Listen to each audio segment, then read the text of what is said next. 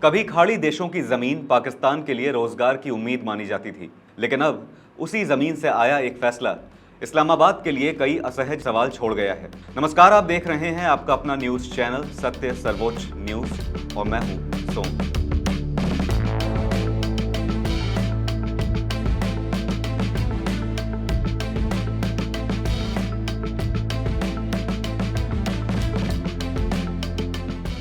Abu Dhabi से सामने आई एक रिपोर्ट ने पाकिस्तान की चिंता बढ़ा दी है।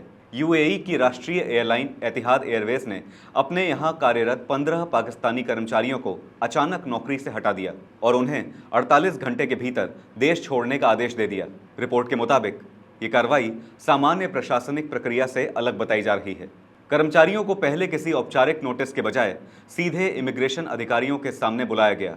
वहीं उन्हें बताया गया कि उनका वीज़ा अब मान्य नहीं रहेगा और उन्हें 2 दिनों के भीतर यूएई छोड़ना होगा। इन कर्मचारियों में कुछ ऐसे भी लोग शामिल बताए जा रहे हैं जो करीब 15 से 20 वर्षों से एतिहाद एयरवेज के साथ काम कर रहे थे। यानी ये सिर्फ नौकरी जाने की खबर नहीं, बल्कि उन परिवारों के भविष्य पर भी असर है जो वर्षों से खाड़ी में बसकर जीवन यापन कर रहे थे। सबसे बड़ी बात यह है कि एतिहाद एयरवेज की तरफ से अब तक इस कार्रवाई पर कोई सार्वजनिक स्पष्टीकरण नहीं दिया गया है। एयरलाइन ने यह साफ नहीं किया कि यह फैसला आंतरिक पुनर्गठन का हिस्सा था, सुरक्षा समीक्षा थी, या इसके पीछे कोई बड़ा कूटनीतिक संकेत छिपा हुआ है। विश्लेषकों का मानना है कि मामला सिर्फ 15 कर्मचारियों तक सीमित नहीं है। इसे यूएई और पाकिस्तान के रिश्तों में बदलते रुख के तौर पर भी देखा जा रहा है और इसी संदर्भ में एक बड़ा रणनीतिक पहलू भी सामने आता है। पाकिस्तान और सऊदी अरब के बीच हाल ही में हुआ रक्षा समझौता। सितंबर 2025 में पाकिस्तान और सऊदी अरब ने स्ट्रैटेजिक म्यूचुअल डिफरेंस एग्रीमेंट पर हस्ताक्षर किए थे। इस समझौते के तहत यह तय हुआ कि अगर किसी एक देश पर हमला होता है तो उसे दोनों पर हमला माना जाएगा। ये समझौता सिर्फ कागजी नहीं, बल्कि दशकों से चले आ रहे सैन्य सहयोग को औपचारिक रूप देता है, जिसमें संयुक्त रक्षा, सैन्य प्रशिक्षण और रणनीतिक सहयोग शामिल है। विशेषज्ञों का मानना है कि इस डिफेंस पैक्ट ने खाड़ी क्षेत्र के रणनीतिक समीकरण को बदल दिया है और यही बदलाव यूएई और पाकिस्तान के रिश्तों में खटास की एक अहम वजह बनता दिख रहा है। दरअसल यूएई और सऊदी अरब के बीच पहले से ही तेल नीति, क्षेत्रीय राजनीति और सुरक्षा मुद्दों को लेकर मतभेद सामने आ चुके हैं। ऐसे में पाकिस्तान का सऊदी अरब के साथ इतना मजबूत सैन्य गठजोड़ अबू धाबी के लिए असहज स्थिति पैदा करता है। विशेषज्ञ बताते हैं कि ये रक्षा समझौता एक स्ट्रैटेजिक सिग्नल भी था, जिसने क्षेत्र के अन्य देशों को नए गठजोड़ तलाशने के लिए मजबूर किया।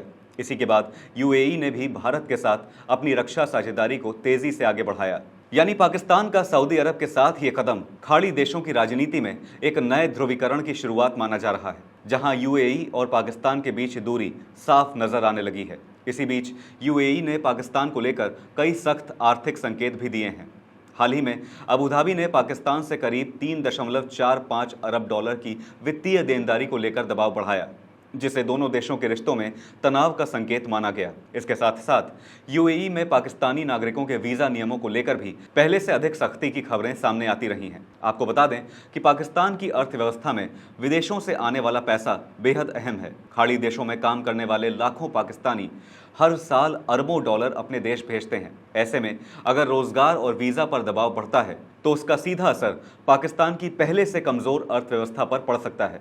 और ये घटनाक्रम ऐसे समय में सामने आया है जब पाकिस्तान पहले से ही आर्थिक अस्थिरता और विदेशी साझेदारों पर बढ़ती निर्भरता से जूझ रहा है। इस तरह की घटनाएं विदेशों में पाकिस्तानी कामगारों के साथ होने वाले व्यवहार को लेकर चिंताओं को और गहरा करती हैं। अब इस पूरे घटनाक्रम ने पाकिस्तान के भीतर कई नए सवाल खड़े कर दिए हैं। क्या ये सिर्फ एक कॉरपोरेट फैसला है, या फिर ये उस बदलते क्षेत्रीय माहौल की झलक है जहां रक्षा समझौते, कूटनीति और अर्थव्यवस्था तीनों मिलकर नए रिश्तों की दिशा तय कर रहे हैं? फिलहाल मामला सिर्फ 15 कर्मचारियों का है, लेकिन इसकी गूंज शायद खाड़ी की राजनीति से लेकर पाकिस्तान की अर्थव्यवस्था तक काफ़ी दूर तक सुनाई दे सकती है।